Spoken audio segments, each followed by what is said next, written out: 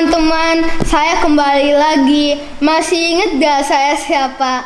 Karena saya lihat di comment section channel YouTube Bola Bung Binder, banyak teman-teman komen kok saya nggak tampil. Tapi saya nggak tampil karena kan saya online class. Dan habis online class, saya kan nggak gerak, jadi saya harus olahraga.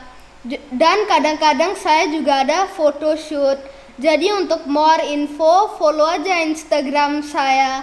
Tapi hari ini saya harus datang karena dengan support teman-teman kita bisa dapat silver plate.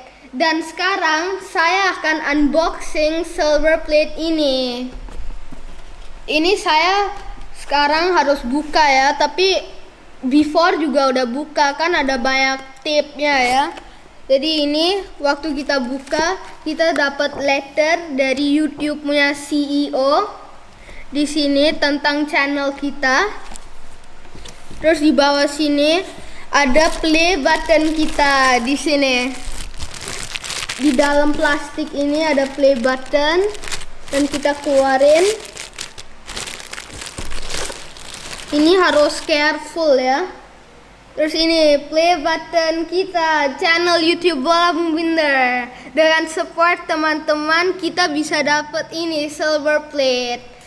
Dan terima kasih untuk supportnya dari awal ya teman-teman. Dan kalau belum subscribe, ayo dong subscribe sekarang ya. Dan sekarang Bung Binder akan bahas tentang Manchester United. Jadi stay tune ya guys. Glory Glory MU. Salam sepak bola, salam sejahtera, salam sehat, dan salam hormat saya kepada teman-teman netizen yang merupakan viewers dan subscribers dari channel YouTube Bola Bung Binder. Saya tidak akan pernah berhenti untuk memberikan salam hormat saya kepada teman-teman netizen karena berkat dukungan kalian, channel YouTube Bola Bung Binder telah memperoleh silver play button dari YouTube. Teman-teman bisa melihat silver play buttonnya sudah saya taruh di belakang saya ini. Saya perlu juga menunjukkan ini di setiap nanti upload video saya karena ini adalah bentuk support dari teman-teman yang kalian berikan ke channel ini. Dan saya juga berterima kasih kepada teman-teman yang memberikan berbagai bentuk saran, kritik-kritik yang positif, dan juga counter analisa yang bijaksana. Itu yang saya inginkan dari teman-teman netizen agar kalian juga bisa lebih bijak dalam memberikan komentar ya di media sosial, apalagi di channel YouTube di mana ada counter analisa yang ingin kalian berikan. Tidak masalah, as long as it's all about the positivity ya. Tapi kalau mau negatif juga ya kan tidak bisa saya larang, silakan saja, tapi tidak akan saya gubris sama sekali ya. Dan sebelum ini juga teman-teman juga sudah melihat bahwa Bung Jas juga sudah menyampaikan terima kasihnya kepada teman-teman netizen yang budiman, bijak, baik, benar, dan bahagia ya. Itu yang selalu kita sambut kepada teman-teman netizen karena kita menghargai dan mengapresiasi segala bentuk kontribusi yang teman-teman netizen berikan secara positif ke channel YouTube Bola Bung Binder. Dan memang Bung Jas belum bisa bergabung kepada saya karena tadi juga sudah ia jelaskan di durasi sekitar 1 atau 2 menit video ya, yang di awal sebelum ini sudah Bung Jas jelaskan. Tapi segera nanti ia akan bergabung lagi pada momen yang tepat atau pada saat memang ia sudah tidak sesibuk sekarang ini. Ya gak masalah lah, Bung Jas juga sibuk, tapi kan sibuk in a positive way. Oke, sekarang saya akan masuk dalam inti pembahasan saya tentang 2 pertandingan spesial di akhir pekan yang baru saja kita lewati dalam lanjutan kompetisi English Premier League.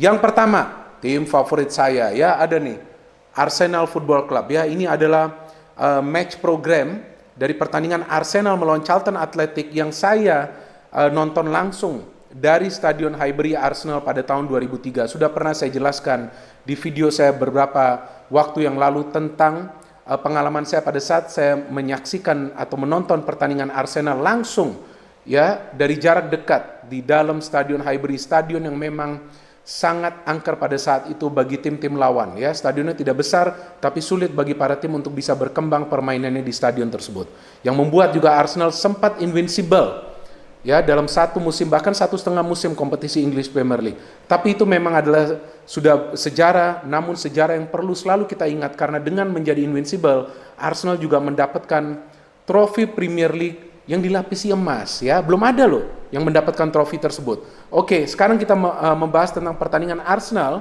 melawan Sheffield United. Dengan formasi 4-3-3 ini yang menarik bagi saya adalah bahwa Arteta menempatkan Dani Ceballos sendirian di lini tengah tanpa didampingi Granit Xhaka. What a decision. Kenapa saya katakan what a decision?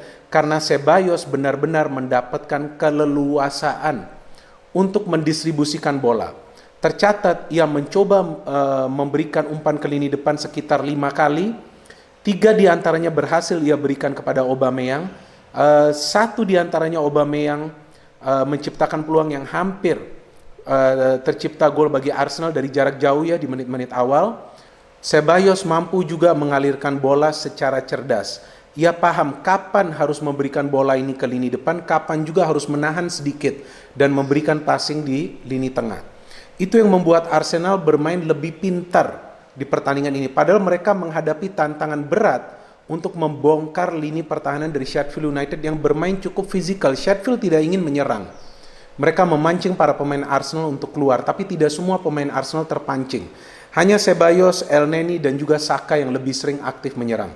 Fullback cukup waspada di lini pertahanan, kecuali memang di babak kedua saat mereka lebih aktif menyerang. Tierney dan juga Bellerin. Aubameyang banyak mendapatkan ruang, tapi sulit juga Aubameyang untuk bisa mencetak gol atau juga memberikan assist karena pergerakannya ini dimonitor dengan begitu ketat. Walaupun Aubameyang ini juga terlibat kan dalam proses gol pertama dari Arsenal secara tidak langsung pada saat ia memberikan sebuah sodoran umpan ya, kan dibangun tuh serangan melalui Pepe, Elneny, kemudian ke Aubameyang dan Aubameyang memberikan umpan kepada Bellerin dan Bellerin kemudian memberikan crossing atau umpan lambung kepada Saka. Oke, first goal tercetak, kemudian setelah first goal memang Arsenal tidak bisa hanya berdiam diri, akhirnya Arsenal menambah keunggulan mereka melalui Pepe. Dan bagus juga nih, Arteta tidak menunggu terlalu lama ya untuk menggantikan Nketiah dengan Pepe, karena Nketiah juga sulit untuk berkembang dalam pertandingan ini. Sebetulnya Nketiah dapat kesempatan nih untuk mencetak gol jika teman-teman ingat di menit kedua atau menit ketiga. Umpan dari Aubameyang, tapi sudah berhadapan dengan penjaga gawang Sheffield United ya, kita lihat Ramsdale justru ia miss kick, ia tidak bisa melakukan tendangan dari sudut yang memang cukup sempit atau cukup sulit.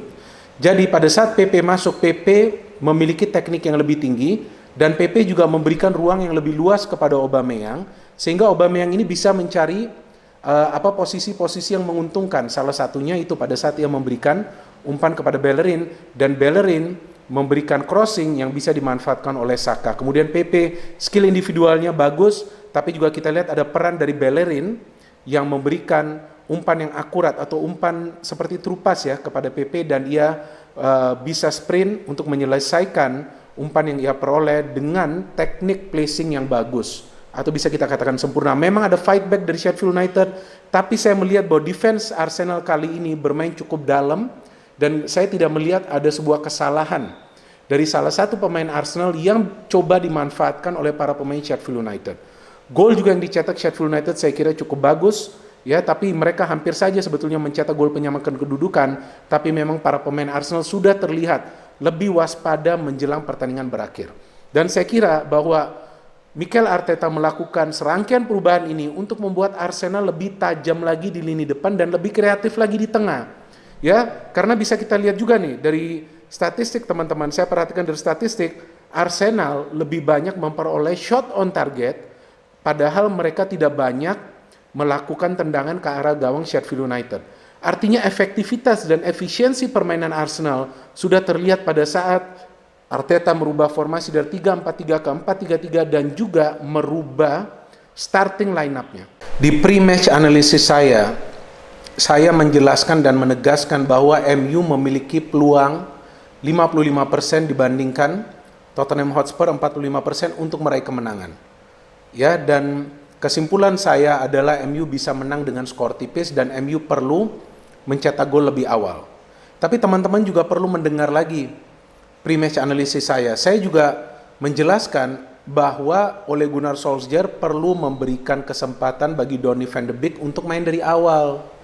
Ya, karena mereka memerlukan lebih dari satu pemain kreatif di lini tengah.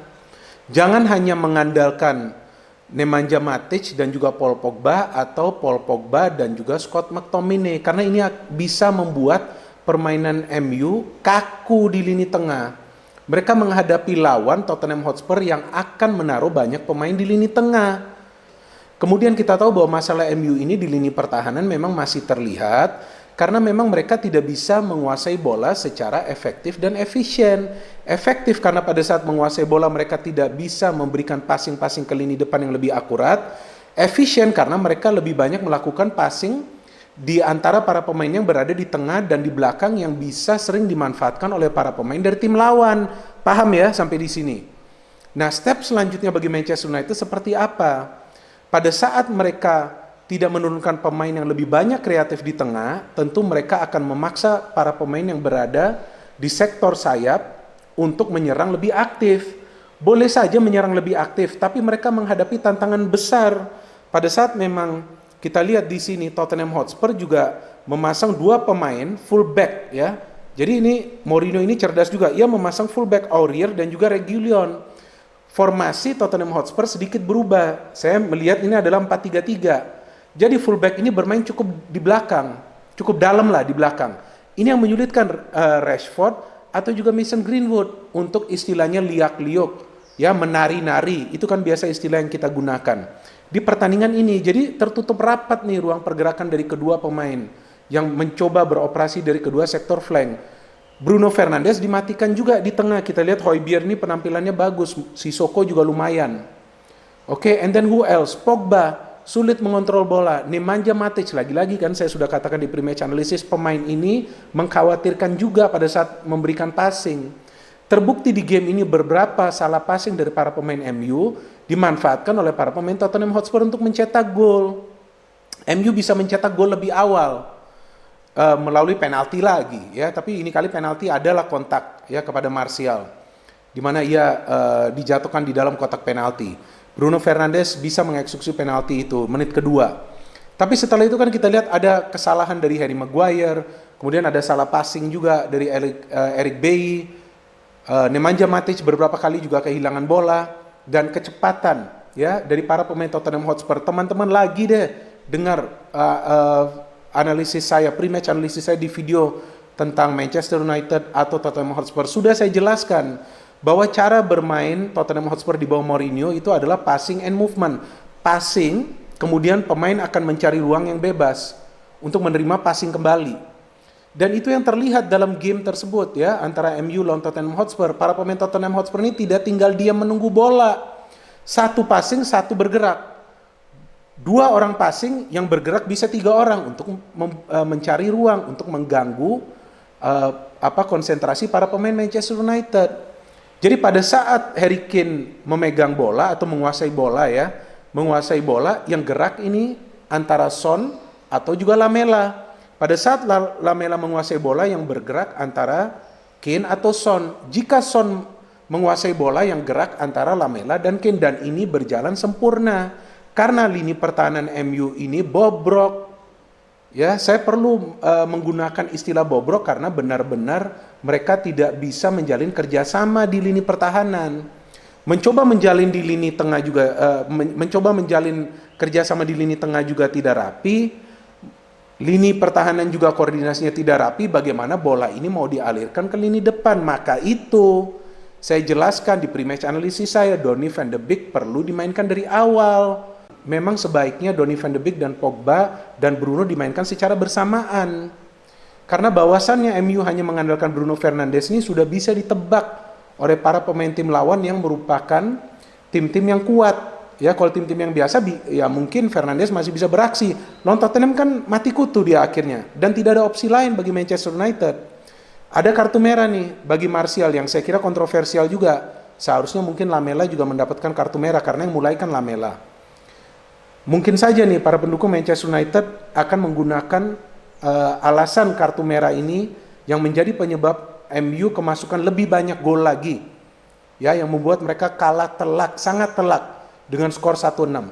Tapi itu hanya sebuah alasan atau alibi yang untuk menyenangkan hati ya. Karena yang mendapatkan kartu merah ini kan adalah penyerang. Yang ada defense ini dibombardir dan terus saja bisa diterobos oleh para pemain Tottenham Hotspur. Lihat Harry Kane, lihat Son, ya, mereka bisa mencetak 2 gol masing-masing. Mereka juga bisa memberikan assist masing-masing 1. Lamela bermain luar biasa. Nah, disinilah kita melihat kemampuan para pemain Tottenham Hotspur ini memang selevel lebih baik daripada MU karena taktik mereka berjalan dengan mulus. Bagaimana berjalan dengan mulus? Mereka tahu, ya, kita menghentikan dulu nih creative play dari MU, yaitu dari Bruno Fernandes. Baru kemudian mereka mengalirkan bola seperti yang sudah saya jelaskan. Ini saya jelasin lagi, ya, passing and movement, passing cepat, movement cepat. MU movement cepat, para pemainnya passingnya nggak akurat. Ya mau cari siapa? Ya, saya tidak tahu nih apa De Gea akan mainkan atau tidak nih di game selanjutnya. Ya kalau bisa De Gea juga dirotasi deh, ya. Cobalah Dean Henderson, nggak ada masalah kok.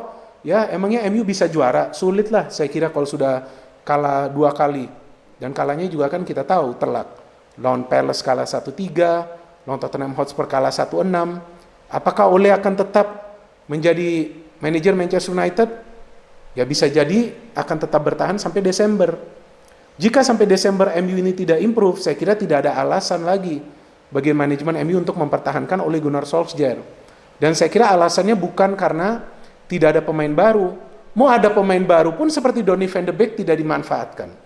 Ya udah sampai sini saja saya berbicara, tapi poinnya bagi saya sebelum saya mengakhiri video ini, bahwa di klasmen sementara Arsenal posisinya lebih tinggi daripada MU. Ini dia. Oke, di layar pertama saya bisa melihat ada nama Arsenal di peringkat keempat. MU gak ada. Saya harus scroll ke bawah. MU di peringkat ke-16. Hati-hati Manchester United. Jangan sampai Manchester United harus hanya perlu berjuang di zona degradasi. Once again, good luck and best of luck to Manchester United. No hate, only football. Salam sepak bola.